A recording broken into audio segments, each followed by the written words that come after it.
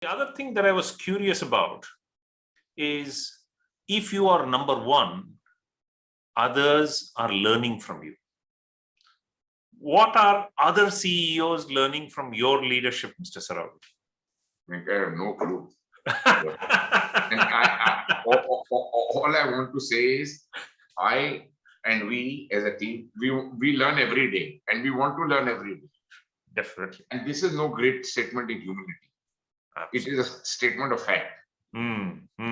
So we see that which other companies in the sugar industry are doing better than us in which vertical. Somebody is doing better technically, somebody is maybe doing better industrially, somebody is making better quality, somebody is crushing more cane, somebody is more efficient on cane. So what we deal with is we are lacking success is what we feel. Okay. So I mean, this is defining the benchmarks well so that you're always aspiring and not to get comfortable with number one. Again, one is a number. It makes no sense to feel that number. So until and unless you live that number, true, every day on every aspect. So if in 5, let's say Balrampur in my mind is actually maybe 1 in one facet. By being 2, 3, 4 in the others, maybe the combined impact is 1. This is what you people are saying. I'm not. So the aspiration should be to go to 1 in each. Exactly.